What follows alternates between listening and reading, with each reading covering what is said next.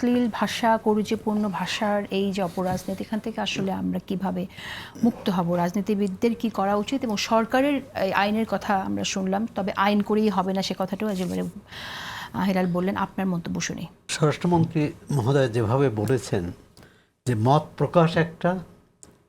প্রকাশের নামে যা ইচ্ছা তাই করা যায় না। মত প্রকাশের স্বাধীনতা সবার আছে, কিন্তু এই মত প্রকাশের স্বাধীনতার নামে আমি অন্যকে হেয় করতে পারি না, অন্যের মানবাধিকার লঙ্ঘন করতে পারি না, অন্যের মর্যাদা ক্ষুণ্ণ করতে পারি না। এখন কারা করেছে? এখানে দুটো বিষয়। একটা হচ্ছে সাইবার মাধ্যমে করা হচ্ছে, আবার সরাসরিও করা হচ্ছে। যেটি হান্নান মাসুদ বললেন যে তার উপর হামলা হয়েছে, শারীরিকভাবে হামলা হয়েছে, ফৌজদারি অপরাধ।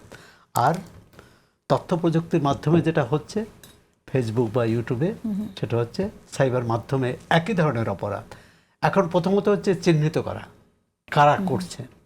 এখন হান্নান মাসুদ বললেন ছাত্রদলের অনেকে এটা করছেন, হেলাল ভাই বললেন যে এটি বট বাহিনী করছে, কিন্তু আরও অনেকেই করেছে। কথা হচ্ছে প্রতিটাই কিন্তু আমাদের চিহ্নিত করতে হবে। চিহ্নিত করে একটা হচ্ছে সামাজিক প্রতিরোধ করা, আর রাজনৈতিক সংস্কৃতির পরিবর্তন করা। কারণ এটা তো ঠিক হেলাল ভাই যে কথাটা বললেন, 5 আগস্টের পর রাজনৈতিক পরিসরে যে ভাষা ব্যবহার করা হচ্ছে, যে ভাষায় একে অপরকে সম্বোধন করা হচ্ছে, বর্তমান প্রধানমন্ত্রী সহ, এই ভাষা, এই অশ্রাব্য ভাষা, এই উচ্চারণ অযোগ্য ভাষা কিন্তু অতীতে ব্যবহার করা হয়নি। স্বৈরাচারী বলছে, অমুককে এমন ডাইনি বলেছে, বা অমুক অনেক কিছু বলেছে, কিন্তু যে ভাষা বলা যায় না, কোনোভাবেই লেখা যায় না, যে ভাষা এখানে উচ্চারণ করতে পারছে না, উচ্চারণ করা যায় না, সেই ভাষায় কিন্তু একে অপরকে করেছে। এবং তারা কিন্তু ক্ষমতাচ্যুত হয়েছে যারা তারা নন, যারা অভ্যুত্থানে নেতৃত্ব দিয়েছে, জড়িত ছিল, যুক্ত ছিল, তারাই একে অপরের বিরুদ্ধে এই ভাষা ব্যবহার করেছে। আপনার মনে আছে নিশ্চয়ই যে বইয়ের থেকে যে মিছিল এসেছিল কোনো একটি ঘটনায়, সম্ভবত পুরান ঢাকায় যে একজন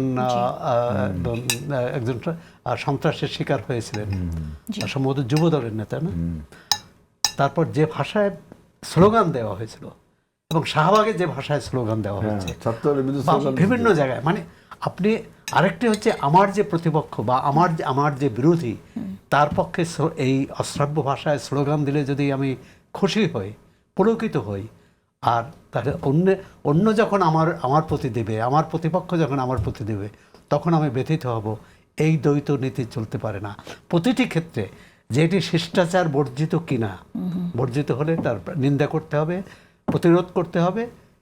এই জন্য আইনি যেমন ব্যবস্থা, কিন্তু আমরা তো এই রাজনীতির সংস্কৃতি পরিবর্তন প্রয়োজনীয় কথাগুলো মাসের পর মাস বলে আসছে, সময় তো কম গেল না 5 আগস্টের 2024 5 আগস্টের পরে। এখন তাহলে কি করণীয়? সোহরাব হাসান, আপনি আপনার মন্তব্য শুনতে চাই। এটা আইন করে পরিবর্তন করা উচিত বলে আপনার মনে হয়? না, আইনও থাকতে হবে, কারণ আপনি যা খুশি বলবেন। সম্ভব একজন সংসদ সদস্য, না সম্ভব। আপনি দেখছেন একজন সংসদ সদস্য কিন্তু আদালত থেকে জামিন নিতে হয়েছে, তার উপর গ্রেপ্তারি পরোয়ানা জারি হয়েছে। সেটা হয়তো বক্তব্য দিয়েছে, কিন্তু যখন বট দিয়ে বা এআই জেনারেটেড ফটো কাট করছে, ওখানে চিহ্নিত করতে পারছেন কিনা, চিহ্নিত করতে পারলে তাকেওই করা যাবে, তাই না? এখন যেমন ধরেন ঢাকা বিশ্ববিদ্যালয়ে যে ঘটনাটি ঘটলো, অবশ্যই নিন্দনীয়, এবং আইন হাতে তুলে নেওয়ার অধিকার কারণেই যারা নিয়েছে সেটা নিন্দা করি, ধিক্কার জানাই। আবার একইভাবে যারা এই কাজটি করেছে, যারা এই গঠিত কাজ করেছে, মানে অন্যায় কাজ করেছে এবং মানুষকে অপমান করেছে, সেটা মানে বলছে যে কোনো ক্ষমতাধর ব্যক্তি হোক, পরিবার হোক বা সাধারণ মানুষ হোক, এটি করার অধিকার কারণেই। এখন একটা হচ্ছে সামাজিক জাগরণ করতে হবে রাজনীতিতে, যেটি হেলাল ভাই বললেন যে নিজের দলের নেতাকর্মীদের, তার সমর্থকদের এটা কিন্তু বোঝাতে হবে যে তুমি যদি ইটটি ছোড়ো, পাটকেলটা কিন্তু খেতে হবে। সুতরাং ইট পাটকেলের রাজনীতি থেকে বেরিয়ে আসতে হবে।